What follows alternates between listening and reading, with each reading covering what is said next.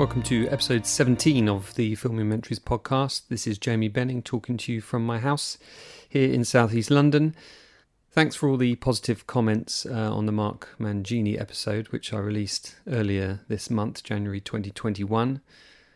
I really enjoyed talking to Mark, and he's got such insight and such an intelligent approach to his work, and I know many of you enjoyed that. This time, I'm speaking to another fantastic guest, somebody I've been wanting to speak to for many years, Nilo Rodis-Jamero. It's a name that you either know or you don't know. I first came across his name in, I think, about 1981 when I bought the Empire Strikes Back Sketchbook. In that was some of his work along with Joe Johnston's work. I would try and draw Slave One. I would try and draw many of the things that he'd so wonderfully conceived. You could always spot a Nilo picture. Then in 1983, when I was taken for my 7th birthday to go and see Return of the Jedi, my sister picked the behind-the-scenes booklet that was available in the lobby, and I remember poring over that on the train on the way home, again looking at all those drawings from Ralph and from Joe and from Nilo. I was kindly put in touch with Nilo by Mark Berman, who's a BBC radio documentary producer. He's done some great documentaries on Star Wars himself. Do check him out. If you go on the BBC Sounds app, you can find those there. When I first got in contact with Nilo, he was straight away up for it. Actually, Mark got in contact with him on my behalf, mentioned that I worked on F1, and Nilo's a big fan of Formula One as well, and said, I'm always happy to talk to somebody who works in Formula One. So nice that connection kind of sparked his interest there. When I do these podcasts, I kind of try and feel out where my guests are in terms of technology and what they have at their end, because ultimately I want to be able to record these in the best quality that I have available. Quite often they will have their own microphone, like in the case of Mark Mangini, or in the case of Marty Brennis, we did it over IP, over Google Meet. It's very rare these days that I would do a telephone call, a normal, straightforward, wired telephone call. But that's all Nilo had available to him. He did say that he worked in quite a busy workshop in downtown Vancouver, and so he would do the entire interview in his cupboard to dampen the sound. I have to say that's a new one on me, but, you know, if the cupboard works, the cupboard works. And once I got talking to Nilo, the quality of the telephone call was insignificant. And what was significant was the content of our conversation. He told me so many stories I'd not heard before, a couple that I had heard parts of, but he expanded on them each time. The wonderful thing about Nilo is he's done everything. You know, he's been involved in the film industry, he's been involved in the games industry, he went on to work in 3D. We didn't talk about the gaming or the 3D. But he somehow managed to keep this innocence and this optimism about him, but he also has this real wisdom about him. There's some great advice for any of you starting out as designers in this interview towards the end. Do look out for some really good stories about Howard the Duck as well, a movie that I watched as a kid along with my sister. A pretty confusing film at times. I was not necessarily the right age for it. I don't know when the right age is for it, but an interesting part of the 80s ultimately. And yeah, Nilo talks about a couple of stories there that I just found hilarious. You could hear me chuckling along. I generally cut out my noises of agreement and laughter. And while I've done that for the most part, I did leave some of my laughter in there because it really was a conversation with Nilo. It wasn't just question, answer. He really did want to talk about things. And he's just really warm, really intelligent, and just a wonderful person to speak to. I hope to get to meet him in person one day. Thanks too to everybody that submitted a question to ask Nilo. I didn't get a chance to ask all of them. Some of them were questions that I already had in some form, so I adapted them. And I think I misread a couple of questions from people as well, because I put my own spin on them. When I look back, it wasn't actually the original question you asked. But hopefully you'll find out some new things in my conversation with Nilo. Let's get into it, and I'll be back at the end for a bit more jabbering on.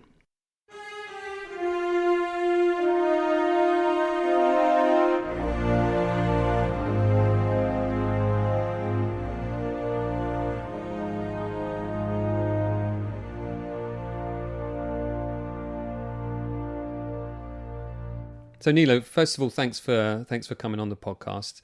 I often start with the question asking people how they ended up working on, well, this list of seminal movies. In your case, what was it that got you there?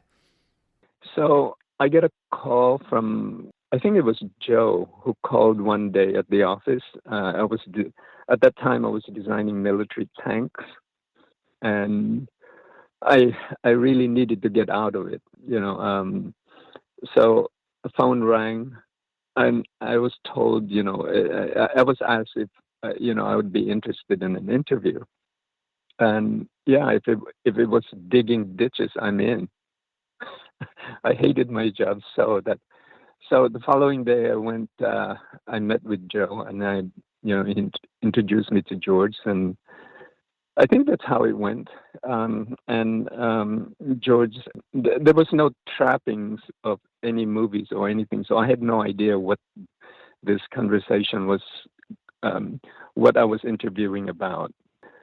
George interviewed me in his house, and normal house, and I'm wearing my suit, and I brought my slide projector with me, the click, click, click kind. And he wasn't paying attention to my canned presentation at all, which I memorized the night before. He was on the floor looking at my school portfolio, because I still carried my school portfolio, and occasionally would glance over at the screen. Then he asked me 3 questions. Do I like science fiction books? And I said no. Do I like science fiction movies? And I said no. Do I like movies? I said no. I said, great, you're hired. Simple as that. As simple as that. And I said, hired to do what? Because I had no idea what I was being interviewed about. I figured it was something to do with industrial design because that was my background. But there was no trapping in the house, right? So I figured he owned just, I don't know, a company that manufactures product. And he said, you're going to be designing my next movie. And I said, movies are designed? Jamie, I honestly didn't know. I don't know anything about movies. I said, yes. I said, I don't know anything about movies. I said, well, you know how to design product. Now all you have to do is design intangible products. And he said, and I guess I still look very puzzled. So he said, I know movies, design, so don't worry about it. So that was it. Wow. So you studied industrial design at San Jose State University. Yes. So you had a sort of, as you say, that portfolio there kind of told him what you were capable of. And very canny on his part, really, to pick somebody who wasn't thinking in terms of a movie necessarily, because you were able to focus on the job at hand, I guess. I think so, Jamie. I remember when I was in San Jose State University, the year before, I think I was a sophomore, and we were told, the industrial design department was told that General Motors was coming over to interview students next semester. So everybody started learning how to design cars, right? I don't know what learning how to design car means, so I avoided it. I didn't think that anyone could learn how to design cars in a semester. So I just went along my, whatever it was that I was doing, learning design, So when General Motors finally came over and interviewed a lot of students, and I was one of them, they kept asking me during the interview, do you have a car? So I kind of browsed through my, loose portfolio looking for a car, right? And he said, no. Do you own a car? And I said, yeah, I own an MG. And he looked at me like, and then he said, your MG is not going to make it to Detroit because I live in the West Coast. And I was still puzzled. I didn't know at that time that I won the scholarship, and he was asking me, "Can I drive my car all the way to Detroit?" So I didn't. I drove a ratty MG. So anyway, that's, I don't believe in. I guess I never believed in learning as as in a semester how to design cars. So when George asked me, to design movies, I had my doubts. Like, how do you design movies like right now, with this guy, but I trusted him, and he's very kind. And were you aware of Star Wars then at that point? Had you heard of the I've film? heard of Star Wars, but because I'm not a movie guy, I only heard about it. So shortly after the interview, yeah, I went to see Star Wars, and I thought, that's a design movie. That movie could not be anything but design. Everything is designed. I thought, I don't know, buckle up. This is going to be fun. And I mean, to join the team creating the sequel to the biggest box office hit in history, I mean, you certainly would have learned how to design a spaceship and how to design a vehicle within the sort of semester. How long was it that you were working on Empire in total? About a year and a half. Really? Wow. Maybe 2 years. Now, the way you said it, like I was moving into a group of people that's already up and running. The reality is George had just moved himself an ILM. ILM did not exist yet because ILM was dissolved, in LA. When George moved over to Marin County, it was just George, right? And he was planning, at that time I didn't know, he was planning to put together ILM North. And the only person there from the old ILM was Joe Johnston. And so it was Joe and myself and Ralph McQuarrie. But Ralph didn't work with us. Ralph worked from home. So Ralph would just show up, now and then. The other guy that was constant with us, with Joe, myself, and George, was Ben Burt. So these are the only people I know that was working on a movie. And I always thought, I guess movies are done by 3 people. Because these are the only people I meet every day. What a team to have there around you. I mean, those names obviously all have gone down in movie making history. It's incredible, yeah, just to be surrounded by those individuals that are responsible for so much of what so many of us love. And there was a lot of work to do, I would think. So can you describe some of the things that you would have been doing in terms of the design for The Empire Strikes Back? So there was no script that I know of. And George had just bought this 2-story house next to his house. And Joe's studio was upstairs and my studio was downstairs. And George would just walk, from his house to this house. It was literally just walking distance, and would come and visit us every afternoon. Joe, bless his soul, never told me what to do. George, bless his soul, never told me what to do. Joe just said, hey, you need equipment. Let's go buy some, drawing table and whatever you need. Let's go to the art store and buy it. And I'm sitting there, Jamie, wondering, okay, so what do I do? There was no the story goes something like this. There's a ice planet called Hoth, and the Rebel Alliance have gathered there, and the Empire forces are going to attack. None of that. So I have no idea what was I supposed to. So I just started sketching. When I got bored with sketches, I would make paper models or cardboard models. And George would come in, and George would not really tell me what to do. He would just, I don't know, tell stories. And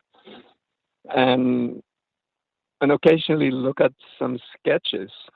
And I from his reaction, I gathered that that sketch kind of had a positive reaction. So I'm gonna keep an eye on that and continue that. And the other ones that didn't get any reaction, I will just ignore it.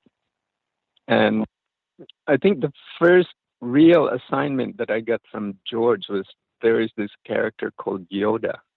He is a wizened old guy, and he's gonna mentor young Luke. My first take of Yoda was something like because I'm thinking human, right? Mm.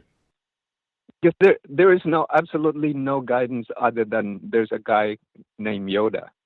And Joe, I think, started sketching elfin-like character. And a few weeks later, a guy by the name of Phil Tippett showed up with a maquette, a lizard-like character that was Yoda. That was his take on Yoda. And I thought, my world was literally shaken. Like, I'm thinking too literal. Actually, it's no holds bar. It can be anything. It can be anyone and anything and any shape and anything.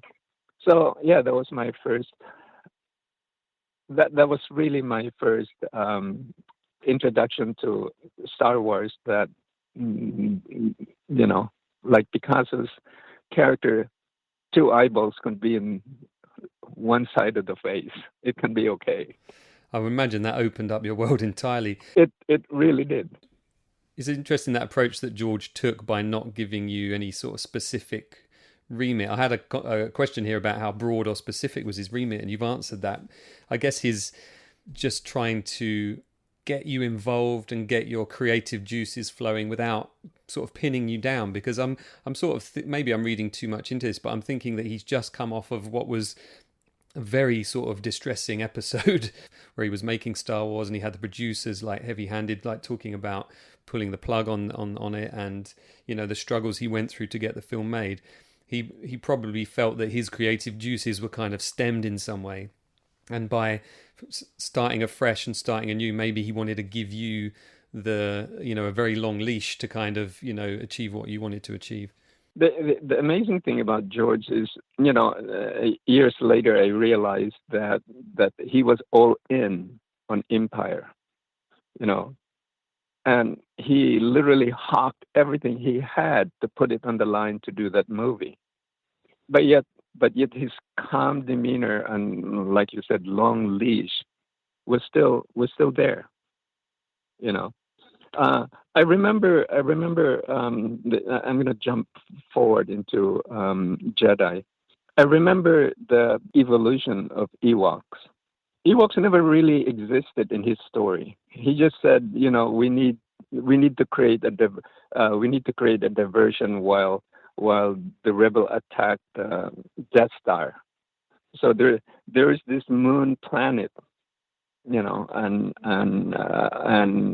Han will cause a diversion there, and that somehow will trigger our rebels to be able to get through the security net. That's all I heard. Now, why were there Ewoks? I have no idea. So George kind of envisioned the planet practically because he wanted to shoot locally.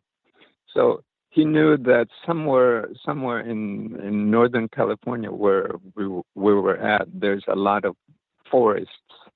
There's a lot of national parks.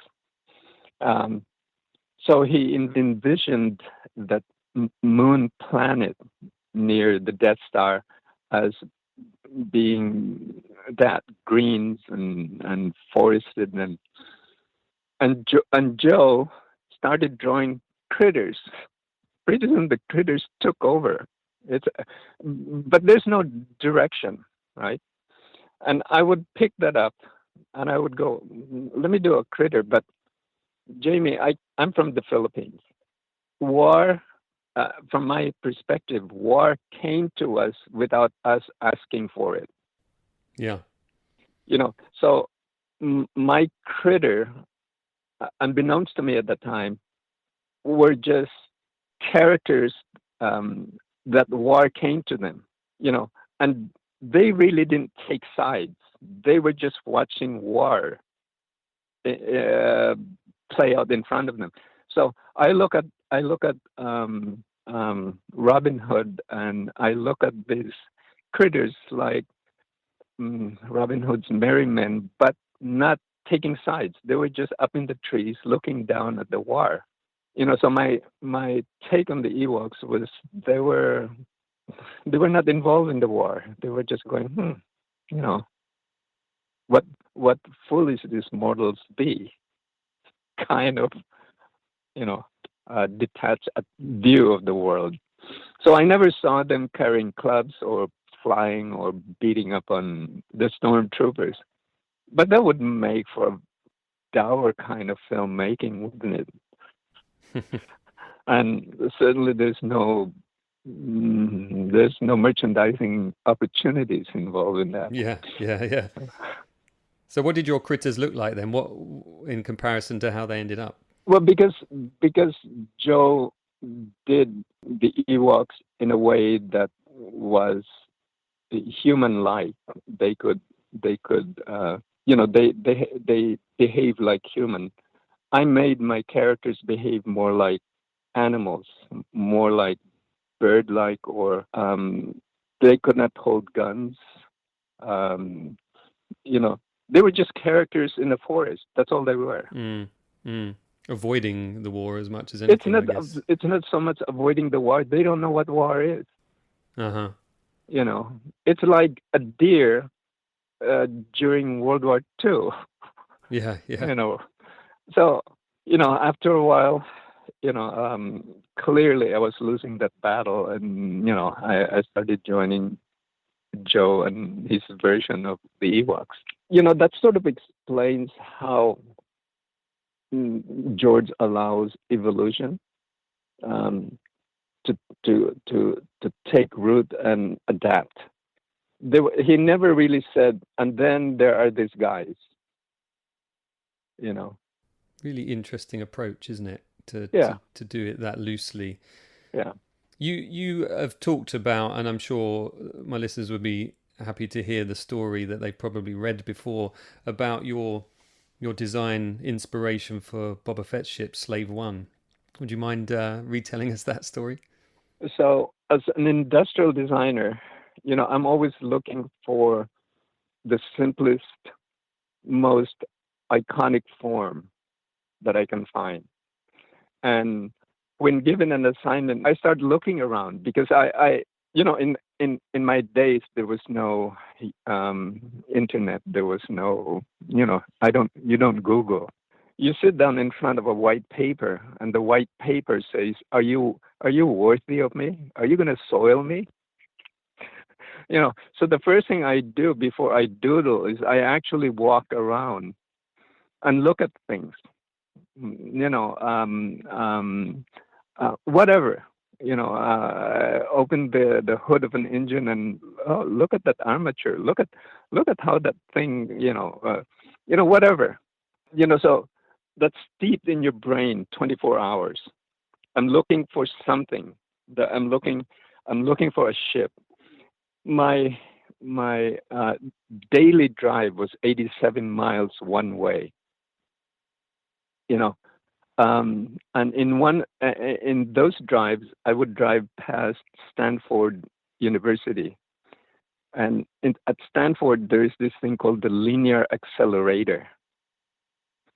Where there's I think four absolute straight miles of laser beam that they were trying to collide to create whatever they were trying to create. Above that, in the hills, because that was below the hills, above that there was a radar dish, a big radar dish. And I remember stopping my car and walking up there and admiring, the shape of it. and admiring the spider web character of it, and sketching it, and then got back in the car, go home. The following day, I started back at the office, back at the studio. I started reimagining what that was using that dish. But the original shape was round, and I just stuck some kind of a canopy in front of that round thing. And when you turn a round thing to its side, it becomes kind of elongated oval. Just so you could see Boba Fett's canopy, the front of the ship. And George goes, I really love that shape. Let's continue the evolution of that ship. I really like the oval shape. And I told him, no, it's not oval, it's round. And I remember Joe looking at me, and if he could kick me in the shin, he would have kicked me in the It's oval. So it became oval. And it's one of the most iconic images from those movies, and still today in the Mandalorian TV series, they're adding to that original design. Looking at the internal part of the ship, and is it gratifying to see your work getting this new lease of life in the TV series and things like that? It's gratifying, and how do I explain this? A blip in a moment of time continues to take on life of its own. This is certainly, none of us were thinking about what we were doing at the time. There was a friendly competition between Joe, Ralph, and myself, and I was the third guy in. There was Ralph, and then there was Joe. So both of them were very well acquainted with the language that is Star Wars. To me, I was climbing a vertical glass wall to understand what that language is. And in everything that I did, I tried to make it as simple as possible, knowing that there was a good model shop behind us that could actually articulate that simple design. This is off the mark. This is something to do with Star Trek. There was a line in Star Trek that Sulu said, "Oh my God, it's the bird of prey." And when I read that, I had no idea that there is already a bird of prey. Because I've never seen an episode of Star Trek. So I started designing bird of prey. The first design I did, I actually drew Arnold Schwarzenegger, doing his routine, with his big bulky shoulders and big arms and, big clubby fist. And then simplify that, and it became bird of prey, And the sketch that I gave to the model shop was literally that, with a side view and a top view and a kind of a three-quarter view. And I let it go at that. They know this thing.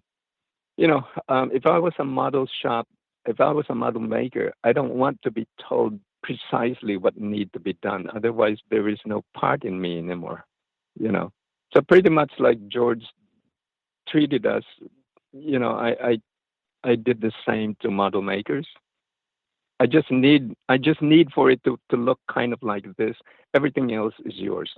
I also read that there was quite a strong fan reaction to your redesigned bird of prey by a fan at one point.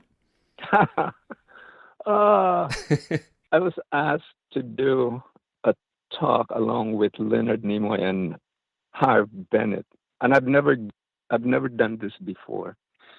And all I was doing was talking about design for Star Trek. And I'm a designer. Paramount had a hard time hiring me. They really didn't want to hire me because of my Star Wars connection. I think I managed to persuade them that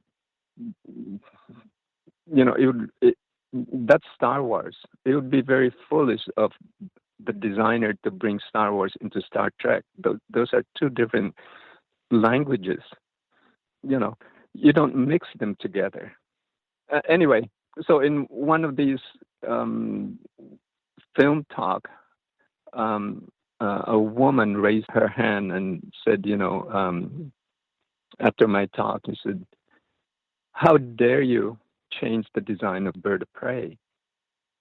And I told her it was just an assignment. I didn't know, and said, "How could you not know?" So I turned to Leonard, you know, "Help me here, bud." And Leonard said, "You're on your own." And ever since then, Jamie, this is not an indictment at all. Ever since I avoided Star Trek, there's a lot of there's a few Star Trek podcasts and YouTube guys, and they assure me that all they really care is the baseball talk behind the movie. And I told them, no, I don't trust you guys. You guys know too much. and if whatever I say doesn't fit the canon, of Star Trek, you guys are gonna slaughter me. Yeah. It's funny because Star Wars is almost going down that route as well, with things that have been set in stone. Because for years there was this whole thing that Slave One was designed from a street lamp in San Francisco, and then people have decided that's their little bit of movie knowledge. It's their kind of pub quiz question, if you like. Interestingly, there is right on Kerner Boulevard, where ILM used to sit, right there is a street lamp that sort of looks like it. If you squint hard enough, it sort of looks like it. And I've seen many street lamps that looks like it, all over the world. But it must be so difficult to work out where inspiration comes from. These things can't always be pinned down, can they? I can't turn that faucet on and off. I remember, when I was presenting the Jedi costume, there's a stack of drawings and cutouts of fabric and everything. And one of them was this thing called the Red Guard. And George looked at it and said, "What is this?" And I said, "Oh, it's the Red Guard." And said, "Where in the script is that?" And I said, I noticed that the Imperial throne room is black. The Emperor is black. Darth Vader is black. I thought that putting this guy somewhere there would give it color.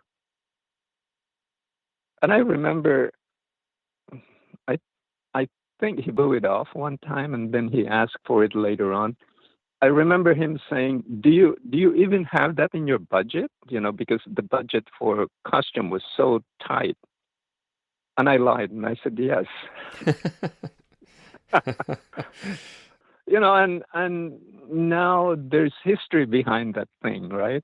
People have made history of that, and they made it into a fighting something. No, to me, just there was another one when the Emperor was first introduced. He was being shuttled into the unfinished Death Star, and there waits Darth Vader. Darth Vader meets him at the ramp of this shuttle.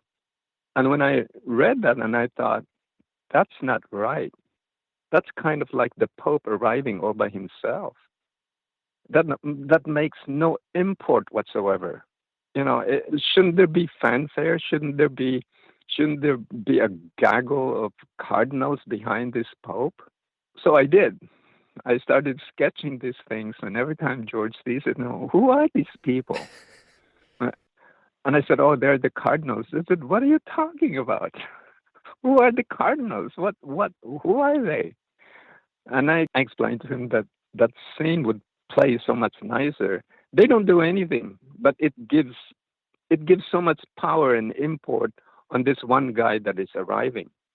And his last comment to me was, "You have that in your budget?" I said, "Sure, George." And they're only on screen for just a few seconds, really, and you see them slightly later on. But you're right; they do add extra texture to the Emperor's character, don't they? Jamie, imagine that scene, right? There's a shuttle, and the shuttle goes away towards us, and the gates of the unfinished Death Star open, and the shuttle door comes down, and there's one guy, and he's being met by another guy.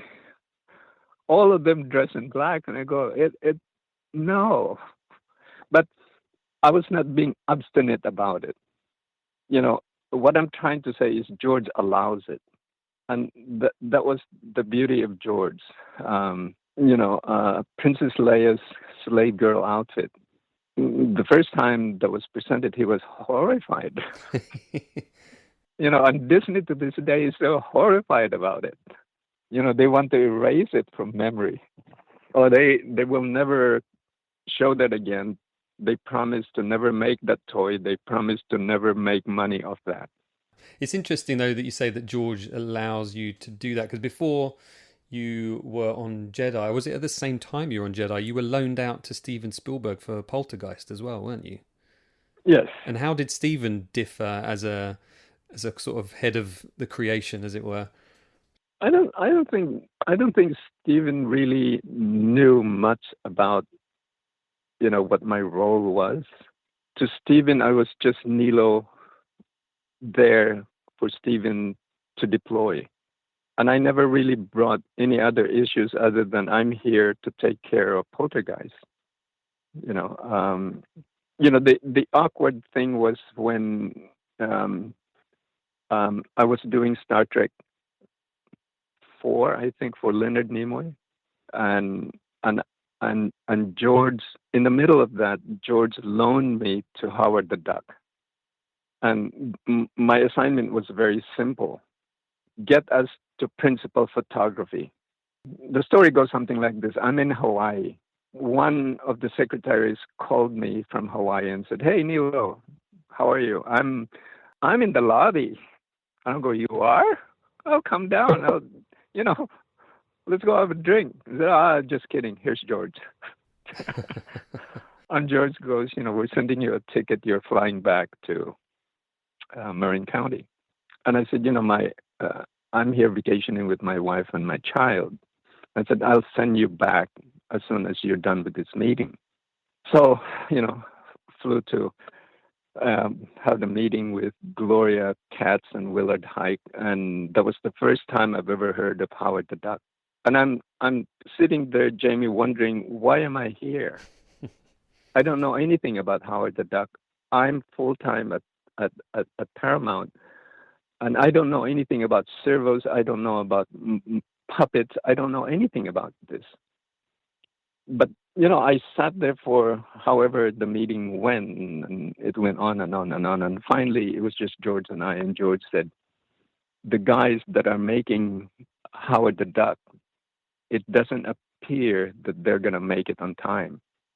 They have been working for 10 months, and with 10 weeks to go, George had lost his belief that they can make it on time." So it begs the question, why am I here? And he said, "I want you to get me shooting on 10 weeks from now." And I go, "I don't know what that means." I said, "You need to finish Howard. You need to make sure that it gets done. And then I guarantee you, on the day that we shoot, you're back to Star Trek 4. And all the time, Star Trek 4 had no knowledge of this. After about a week, I sent a memo to George, and we had a meeting, and I told him that, "You're right, they're not going to make deadline." And I said, yeah, you blew 1 week to tell me that. Now there's only 9 weeks to go. I, and I said, the only thing that can be done is, cut off the head of this snake. You don't cut off little bits and pieces by the, I said, get rid of the head. And they said, well, Nilo, what do you think I brought you there for? I said, well, I didn't hire these people. And then it dawned on me that that was my job, to fire people. So I did. And I told them that I'm firing the leader of this group, this and that. By the way, Jamie, everybody in that group came from LA. They had per diem, they had hotel, they had car rentals. So the burn rate on that production was incredibly high. So what I wanted to do was get rid of some of these people, because they were not making deadline, and the burn rate was so high. And I said that, I'll give you guys 2 weeks severance pay, and anybody that wants to leave with these people, with the lead guys, you're welcome to. More than half of the people immediately left during the meeting. And I told George, if you were to make this movie, the people that can make this movie really well is Jim Henson. Why don't we hire Jim Henson's best guy? So that's what we did, and eventually we hired a guy by the name of Tim Rose. Yeah, I interviewed Tim for this very podcast. Tim's requirement was, did he tell you this?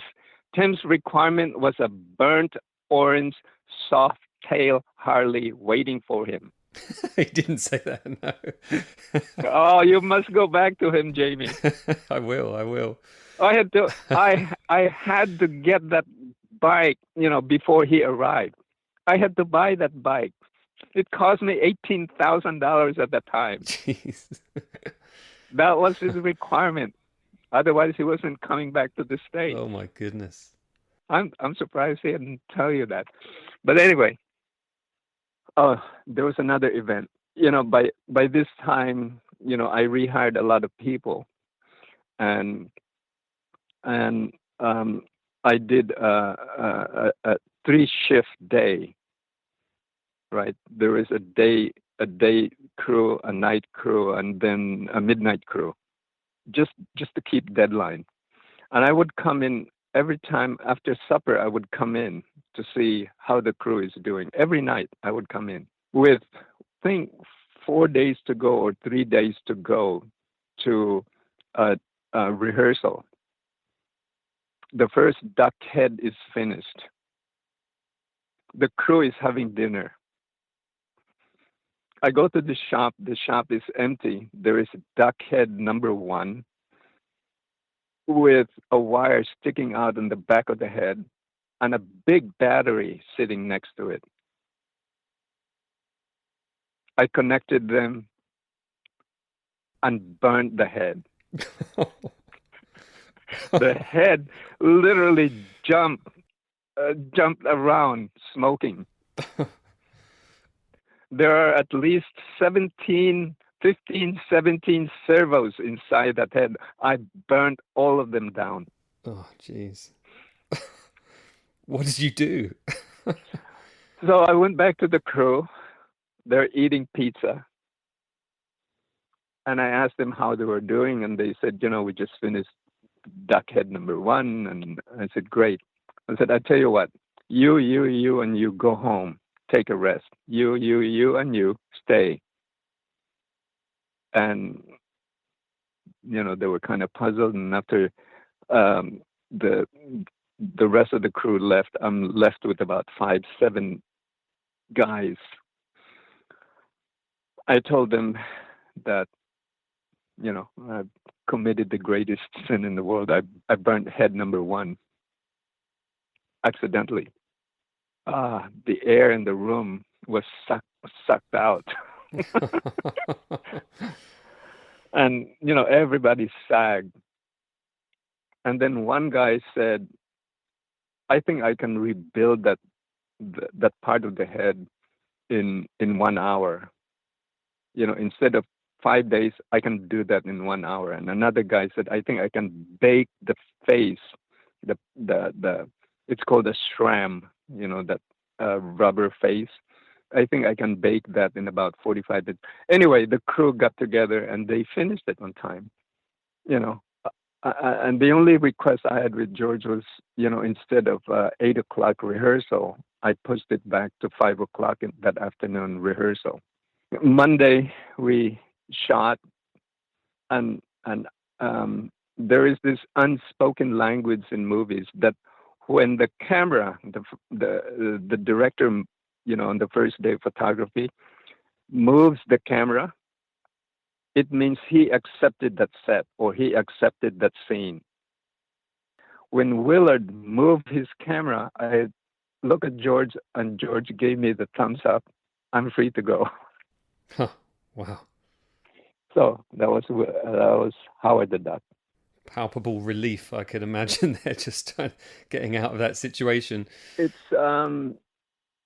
I still don't know to this day why I was chosen to do that. Joe Johnston has this saying that don't ask Nilo to do anything. Instead, give him a mission. And I think they were out of options. I really don't know anything about servos. I have never led a group of people to build a model like that. I don't know anything about puppetry. I don't even know how to spell that word. So, something to do with personality type that George saw in you. Yeah, I don't know. I think so when I took over, and now I have a new crew on on Howard the Duck. None of them would follow my order. And I understood why. Why would they follow my order? I don't know anything, right? So everything that I would ask them to do, they would sabotage it. So with how many weeks left to go? Probably about 3-4 weeks to go. George asked me, "How is it going?" And I said, "Not good." And then I had a lightning bolt inspiration. I said, "I need your help, George." This is actually about 6 weeks to go. I said, the crew absolutely loathe me. The crew absolutely hate my guts. They think that I'm here to take credit. So anything that I would ask them, so I need your help. I said, okay, so what do you need from me? I said, I have my dailies every morning at 8 o'clock. Can you come in at around 8:15? I said, okay, and what do you want me to do? I said, I want you to push me around. I said, what do you mean? Just push me around in front of my crew. I said, okay. So we're having a meeting. My office was in the second floor. You can hear a car screeching to a halt. The door slams open, another door slams open. You can hear the footsteps stumping up the stairs, and blam, the door opens. It's George. Everybody gasped because George never shows up in any of these meetings, especially not at 8:15 in the morning. And everybody looks at George and they're going to go, oh my God. George makes a beeline to me, points his finger at my chest, and pushes me until I'm literally back against the wall. And all the explicitive words that you can use for being late, for being this, for being that, and all the F words and everything. And he is beet red. And I said, it'll be okay. And he said, make sure it will be. And he storms out, slams the door, stumps down the car, screeches out. And I said to the crew, that will be all. Guys, get back to work. A few minutes later, a knock on the door. One of the crew says, Nilo, what can I do for you? And every one of them, Jamie, honest to God, came back to me and said, "What can I do for you?" Wow. See, this is brilliant. I mean, you were the right guy for the job, you know? Oh my And God. I was so desperate. that's a hell of a move to pull off. And George clearly put on a pretty good performance Oh, there. George asked me later on, "Let's go have lunch, tell me how I did." And Gosh, amazing. you do what you need to do to get it done. Yeah. I just wanted to finish that project. You talk about how it was kind of a leap to do that job on Howard the Duck, but your leap from Empire to Return of the Jedi was quite a leap, because you went from designing spaceships and characters to then being costume design on Return of the Jedi. Was that as big a surprise to you? The thing that's important to realize about George and Joe, Ralph, and myself, the four of us, for about a year, there's only the four of us that I know of that's working on the film outside the writer and, Ben Burt doing some sound design. So any one of us can actually do what we will be asked to do because we're familiar with it. We knew the evolution of it. Now, with the coming of Richard Marquand, I don't really know what happened, but I was very close to Richard. And Richard one day said, "Nilo, why don't you do costume?" Just out of the blue. And I said, "Oh my God, I don't know anything about costuming." He said, "Your board shows costume, your design shows costumes, it's already there." So I said, "Thanks, but no thanks."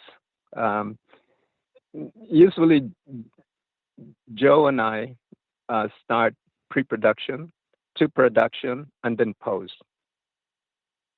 And then by the time we're done with post, we're beginning pre-production again, right? So Joe and I actually run the entire spectrum of movie making as far as Star Wars is concerned. From the conception to the evolution of that concept, to the execution of that concept, to shooting of that concept, to shooting the miniatures, to shooting the visual effects. Because we're so familiar with it, we're the go-to guys, right? So when Richard asked me to do costume, that was totally out of, it was completely left field to me. And I said, no, after this, I'm moving to post-production, to get post-production ready. My job is undefined. It sort of goes wherever it goes, right? And in one of conversation with George, myself, going through the boards one day, Richard said to George, "Why don't we have Nilo do costume?" And this took George completely out by surprise. And he said to Richard and me, mostly to Richard, but me clearly overhearing it, "Why would I get rid of John Molo, who won an Oscar for me? And what has Nilo?" And I go, "I'm here." I'm listening. And what has Nilo done to actually get this job? And Richard wouldn't back off. He said, "No, let's give it a try." I said, "No, absolutely not." Next meeting, Richard brings it up again.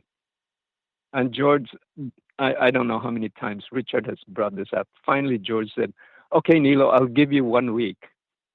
And I said, "George, number one, I didn't ask for it. Number two, I'm told I'm unqualified. And number three, you give me 1 week." And he goes, do you want it or not?" I said, "I'll do it." So literally the entire thing was done in 1 week, just to prove that it can be done. Oh, not to prove, because it has to be done in 1 week. Yeah. So there was a dead time that I was allowed to do that. Otherwise, you know, that whole issue is done and forgotten. So the presentation went well. Jamie, I literally didn't sleep for a whole week. Jeez.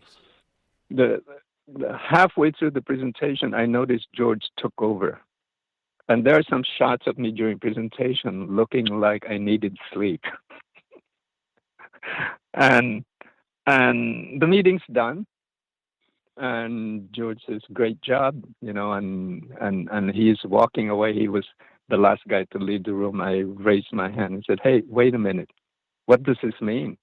He said, "You got 3 months to get it to London.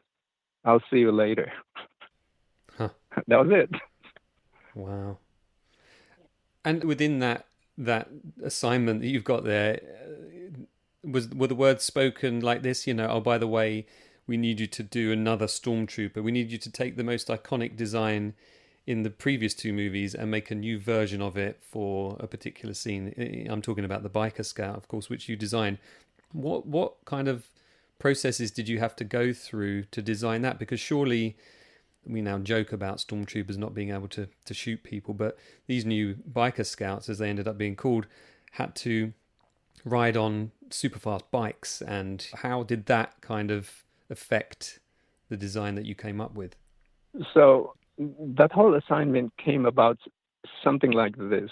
There is a moon planet near the unfinished Death Star, and it looks kind of like Northern California. There's lots of trees, and there's gonna be some kind of a chase scene, some kind of a Han is gonna create some kind of chaos, to distract the Empire and to disable so that our troops can raid, can go inside, right? And Joe and myself start thinking, chase who? Chase what? So, okay, they can be chasing around by foot, and there has never been a skinny kind of machine that could go around trees because there's a lot of trees and through bushes and stuff. So this has to be some kind of a bike. And so Joe and I started doing bikes and evolution of that bike, and I think Joe one day got tired of drawing and did a model of a bike, and kit bash a model, and out of that came the bike. And if you put a stormtrooper, Jamie, on that bike, it doesn't look right. It just doesn't look right. He looks like a clumsy elephant on top of that. So, you know, during costume design, I started redesigning it, and pretty soon it became the biker.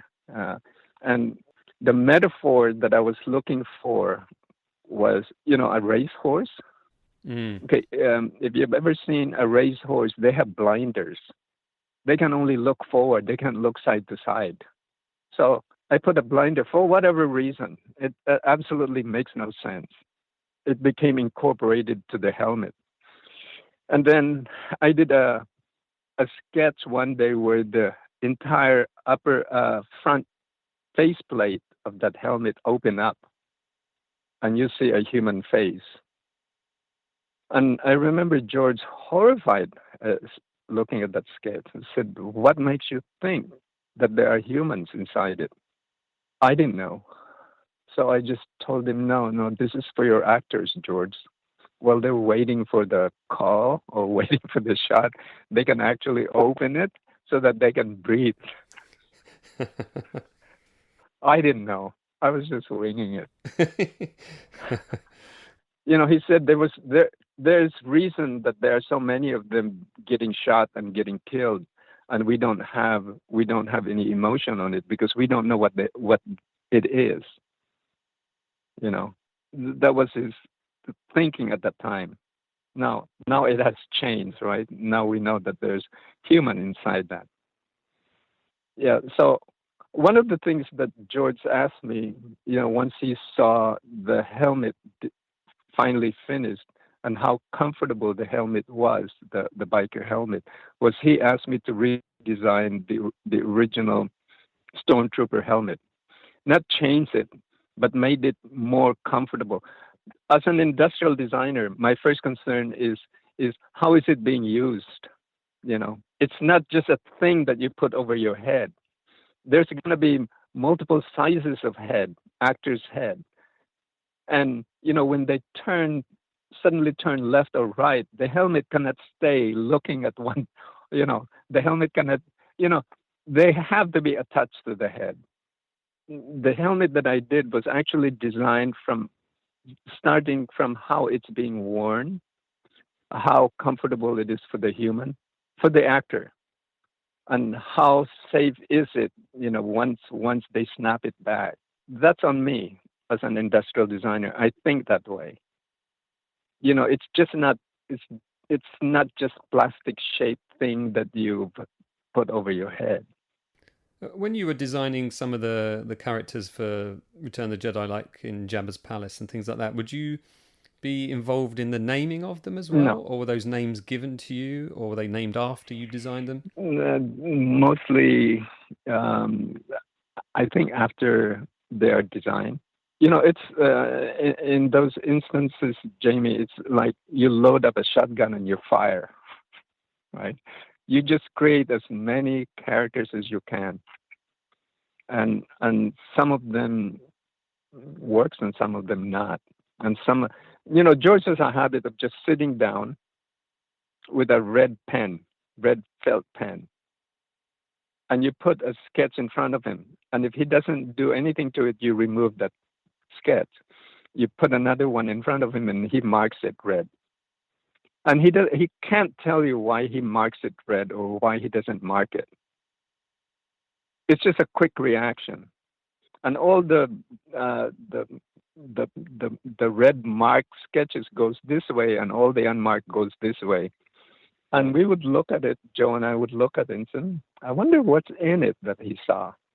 And if we would expand on it, we would continue the evolution of the design of it. And the next week it would come back again. Yeah. I remember presenting many times a certain design that I really liked. And George catches up on it very quickly. He goes, I rejected this 3 times already. Why is it here again? I was going to ask that very question, yeah. The Princess Leia's slave girl outfit was one of those. He said, Nilo, give it up. And then once you'd kind of worked on Star Wars and you'd worked on Poltergeist and Star Trek, what was your next step then? You became a full-on production designer. A guy by the name of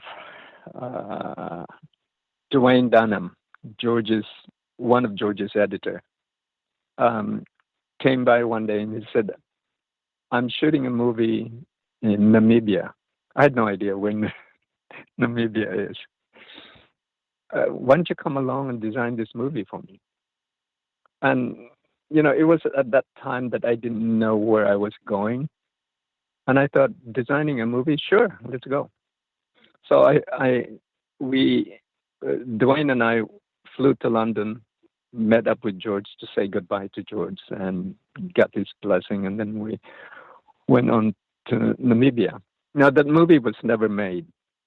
And then, a series of calls from Paramount because of my experiences with Paramount. I ended up doing some stuff for Paramount. Among them was producing a movie called Fire in the Sky. Everything, it seems, Jamie, that everything I do is all happenstance. I'm just being asked to do it without knowing why, or questions is not even being asked. Am I qualified to do it? And I just go, yeah, okay. Mark has this thing that I have an imposter syndrome, because I'm always lamenting the fact that I was not prepared to do anything and I took somebody's job who prepared, so many years to do this job and I didn't do anything. And I felt bad for me, and as well as for those people. Wow, I've got a couple of questions here from some of my listeners. When I tell you, I have to say, Nilo, that when I tweeted that I was going to be interviewing you, I've never had such a big reaction. Oh, fantastic. There were people, I had so many illustrators and designers wanting to ask questions or just wanting to say, just tell Nilo we love him, we love his work, and it was him that inspired us and all of that stuff. So I really should make a point of saying that to you. But there was a few questions as well. One of my followers, Graham Neil Reed, asked, "Are there any projects that didn't see the light of day that you wish people had seen?" Many. I'll do one. One day I was in Tokyo having a meeting to raise money for a production that George had greenlit for me to do, and I didn't want to use George's money. I wanted to raise my own money and just use Lucasfilm as a distributor. So I went. I had a meeting with Bandai Toys, and at Bandai Toys, everybody is Japanese. I'm the only guy that didn't speak Japanese in this conference room, and on my way to Tokyo, Jamie, somebody threw me a book, and I look at the book. It's a manga, yeah. It's a manga called Domu, or Child's Dream, by Otomo Katsuhiro. Akira, right? Mm-hmm. The guy who did Akira. So during this meeting in Tokyo, somebody had an emergency call during the meeting, so the meeting had to be stopped for this guy to make a call. So meantime, the rest of them are kind of huddled talking in Japanese. I didn't know what to do. So I reached over to my bag, and started pretending to read this manga. I can't read Japanese, but I'm just looking at the beautiful images. And the guy next to me, Jamie, leaned over and he said, "Do you like that book?" And I said, "This book will make a very good movie." And he said, "We've been trying to get that author to make that movie, but he is such a bitch to deal with." And the meeting resumed, right? And I remember saying, "Don't make this into." They wanted to make it into an animated film. I said, "No, don't make it into animated film. It's going to cost you the same anyway. Make it a live action film. And since you're making a live action film, make it in English." And the meeting resumed. The next day, I'm back in San Francisco. 2 days later, my phone rings. It's the guy from Bandai. He says, "Why don't you come back to Tokyo? Let's talk about that book." So I'm back in Tokyo. We're talking about that book. He said, "If you can convince that author to do that movie, I will give you the entire production budget." Yeah, I'm speechless. Like, really? Wow. And all I have to do is convince Otomo Katsuhiro. So I said, "Point me to Otomo Katsuhiro." I've never met Otomo. I'm a great fan. So I had coffee with Otomo, and I told him, "Listen, I met with Bandai, and they would really like." And Otomo said, "Bandai is a bitch to deal with." And said, so I said, "Hey, what if I do a treatment, and I'll send it to you in 60 days, and if you like it, let's approach Bandai again with that treatment." And he said, "Okay." So 60 days later, I'm back to Tokyo, and he had overnight he read it. So I was scheduled to meet with Otomo the following day, and Bandai sent me a car and a producer along with me to meet with Otomo. And on the way to meeting Otomo, I asked the producer, hey, can I talk to Mr. Yamashina? Mr. Yamashina is the owner of Bandai Toys. And he said, nobody speaks to Mr. Yamashina. And I said, no, I really need to talk to him. This is on the way to having a meeting with Otomo, whether he agrees with my treatment or not. So he reluctantly calls Mr. Yamashina, and Mr. Yamashina said, sure, I'll talk to Nilo. So I said to Mr. Yamashina, if I get Otomo to agree on this script, on this treatment, can you give me prints and advertising? And there was silence, and then he said, yes, I'll give you prints and advertising. And I said, okay. So we moved on, met with Otomo. Otomo said, give me a script in 60 days. So flew back to San Francisco. I met with David Lynch. I said, David, I have this thing I want you to pitch. I want to pitch to you. So I pitched it to him, literally the opening scene, not the entire movie, just the opening scene. And the opening scene, David goes, I'm in. So I go back to Tokyo, having hired a script writer for first draft. 60 days later, I go back. And Otomo says, yes, let's go ahead. Now, Jamie, now I have prints, I have advertising, I have full production, and I have David Lynch. That movie was never made. And to this day, I skidded out of control. I didn't do anything for 3 years. I decided, I'm done with movies. I'm going to go surfing. And that's all I did.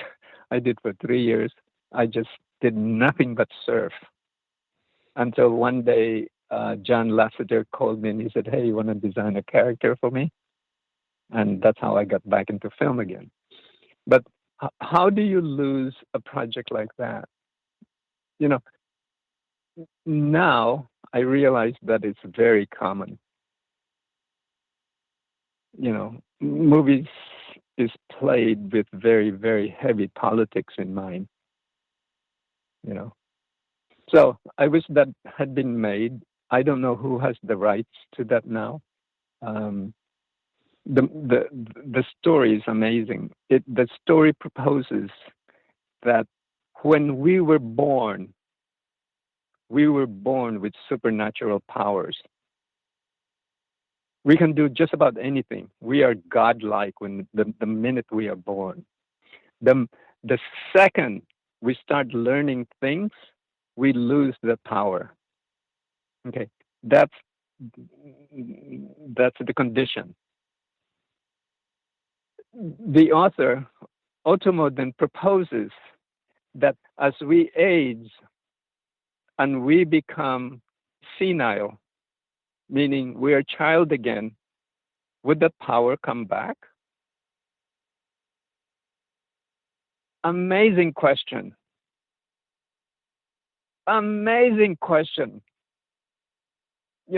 Amazing probabilities and possibilities of movies.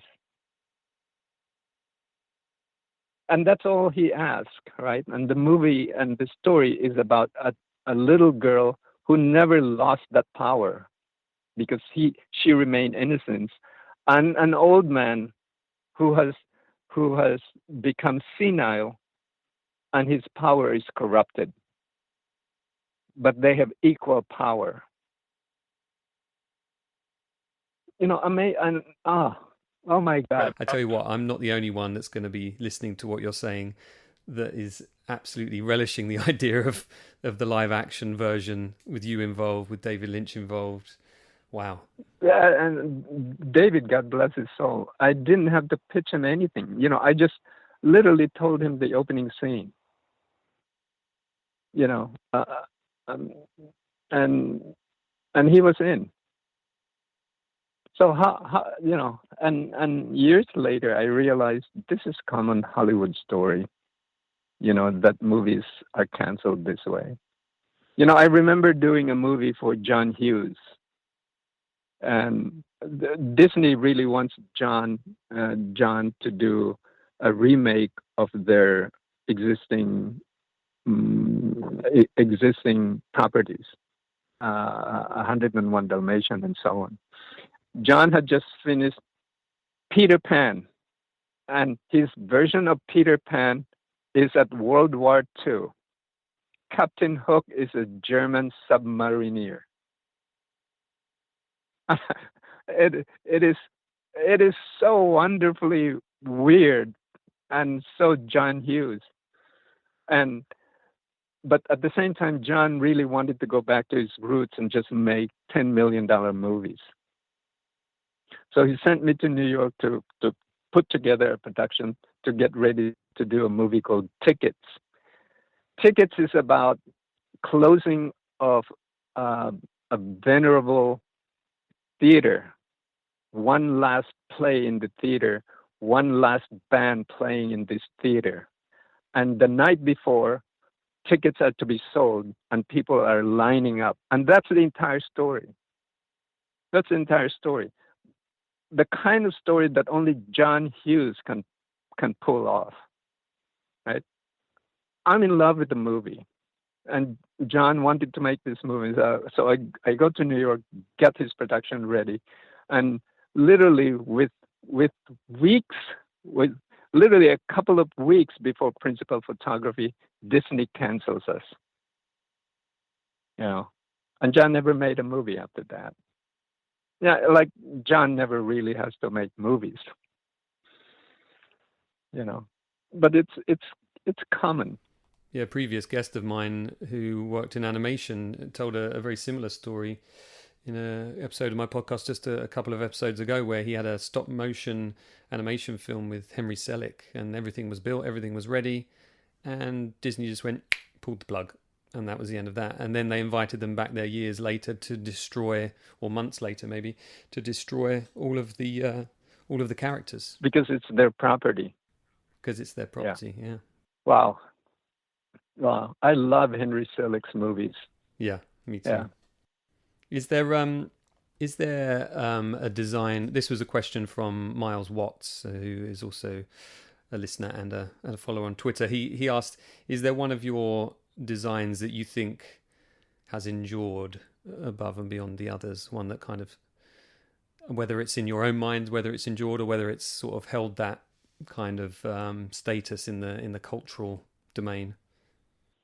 I'm not sure. I think by accident the Red Guard, because it does absolutely nothing but stand there, and yet people are writing stuff about it, and I understand that the slave one, with Mandalorian and all of that, but I'm just really astounded that all I did was I really just wanted to put a red color in that scene. That's all I really wanted to do. But that's what the best art does, isn't it? It sparks imagination for people. Yeah, and I really like that they do their own version of it. It's really amazing when people do their own take of it. I didn't think of that. Yeah. One of my other listeners and followers, Rob Bryant, said, do you have any career advice for people starting out? Now, you've already kind of mentioned that you seem to be unprepared for a lot of the things that you did, other than that you were an industrial designer and you understood design and how to make things look like they could exist and could work. Is there any other advice you'd give somebody that wants to start in design? Say yes. Perfect. Say yes. And pray to the good Lord that you catch up. Yeah. If you don't say yes, Jamie, somebody less than you will say yes. You know, I like that. that has been my experience. And stick to your vision. Mm-hmm. You know, do this. Buy a stack of Xerox paper, preferably cheap Xerox paper. Turn off your computer. Give yourself assignment. Put it on paper. You know, don't Google. You know, every time I see something, it you know, online, it reminded me of something, of something, of something, of something, of something. It's because the research is done online, you know, and I noticed that producer nowadays, the newer producers, they've also been educated online. So they already carry a certain predisposition of what this thing is. And the net result of that, Jamie, is nothing more than what you already have seen. Take a piece of white paper, grab a pen, begin. The first question inevitably you're going to ask is, what is this? It's not going to be, what does it look like? You're going to ask, what is this? You know, online makes us go, what does it look like? You know, and that's totally different question. It leads you to totally different conclusions. White paper is so daunting, is so fucking scary. You know, I can ruin a piece of paper with my first scratching of black ink. So I have to really think hard. What is this? What is it that I'm trying to do? You know, it's not going to come by me just scratching the piece of paper. I have to start with something. So that would be my advice. You know, stay off online. You know, you want original ideas, stay off online. Mm-hmm. That's good advice. And I understand that when you do draw, you mentioned drawing with a pen. You don't draw with eraser, do you? You just No. What do you see the advantage in doing that? How do I say this? I dare myself. Can I put it down on paper what I have in mind? Now, if what you have in mind is nothing, there's nothing's going to come out. So a lot of the evolution comes through thinking, you know, and a lot of the evolution really comes from what is the script calling for? What is the abstraction of that script? What is the abstraction of that character? You know, because if all that is, you know, the writer says, and the gunslinger walk into the saloon. Well, shit, it's a gunslinger. What else is there? But when you read through that, what does that really represent in that story? What does he represent in that story? It's probably more than a gunslinger, right? It's probably about a dad, you know. Okay, that's a different kind of gunslinger now, you know. So I tend to go, I tend to boil it down to its core, you know, and ultimately it is that character that is born into that white paper. Uh, if I just go gunslinger, my first reaction is, what is the coolest gunslinger online? And there are so many tools that can copy. You know, I'm you know, when I was at EA, there are guys that was so good in taking faces of one character and outfit from another image, from boots from another image, and then somehow blend them all together, and ergo you have that character.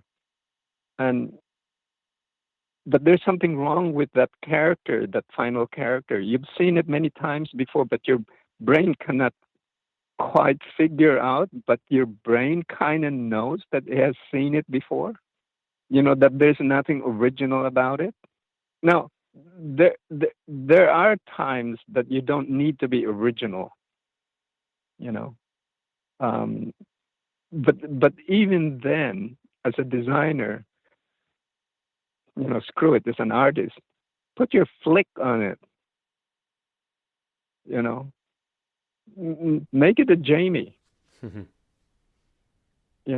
Because if you don't leave your mark in it, then it's not a Jamie. Jamie, when I do a sketch and it looks finished, I actually would make it so that it looked even sketchier than it is. Because a sketch has a possibility. A sketch can be seen through many prisms, as many point of views as there are viewers. When you finish a rendering, it's done. Your audience has nowhere to go but that. You're not engaging your audience anymore. But I'm pontificating because I'm not a renderer. I've never been a renderer. When my sketch is able to communicate what it wants to communicate, I tend to quit. Yeah, that's great advice. I'm sure there'll be people out there kind of cursing themselves for relying so much on, as you say, just Googling and trying to make this sort of amalgam of many things they've seen before. And as you say, that's always going to lead to something that just feels derivative. Listen, I could talk to you all day, Nilo. There's so many things that Well, if you're missing something, please call me. Yeah, I just love hearing your stories, and it's just always, those films that we've spoken about, I've read multiple books, I've made my own documentaries about them, I've spoken to multiple people about, their side of the story, and it's always amazes me that I can find a new insight into something I thought I knew a lot about. And, one of the reasons I do this podcast is because I want to be able to have these stories, and pass them on to other people. And I think to talk to somebody who's as skilled as you, Nilo, and, has had such a big cultural impact, it's just an absolute treat. Honestly, it really is. And I'm grateful for your time. That's amazing of you to say, Jamie. Thank you very much.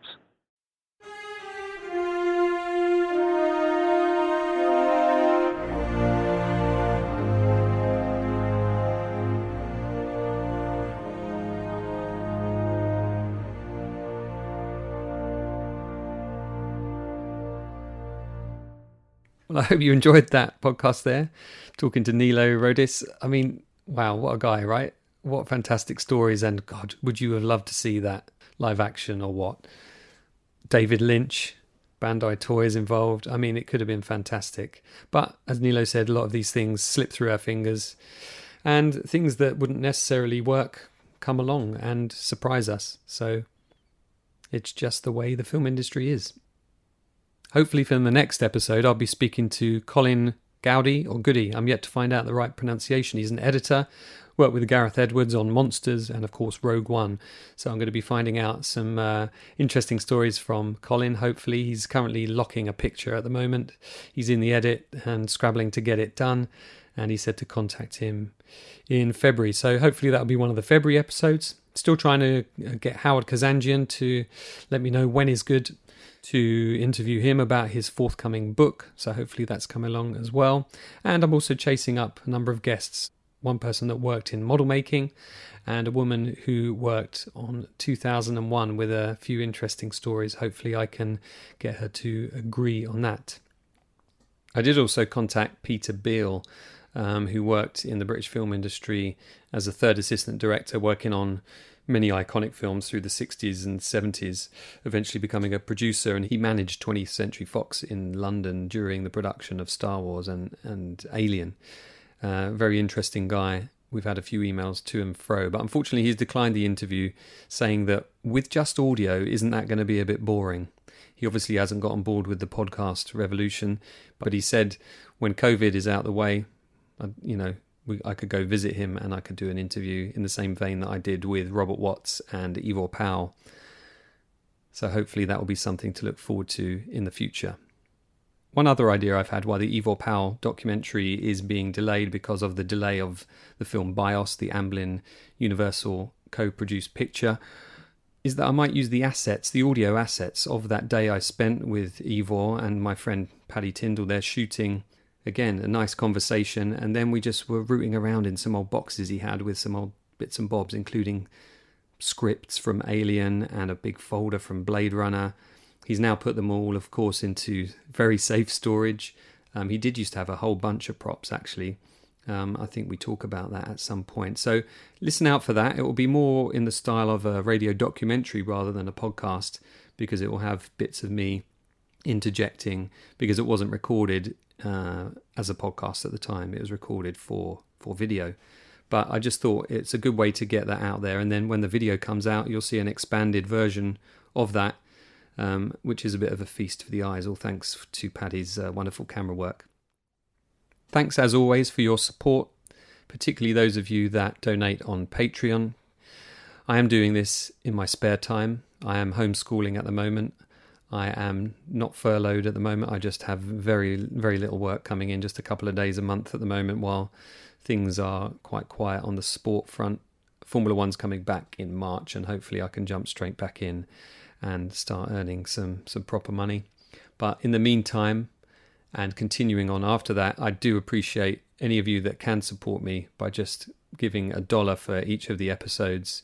You can do that by going to patreon.com and /Jamie Benning. You can also go to filmumentaries.com and there's a donate button there. Do have a look at the website.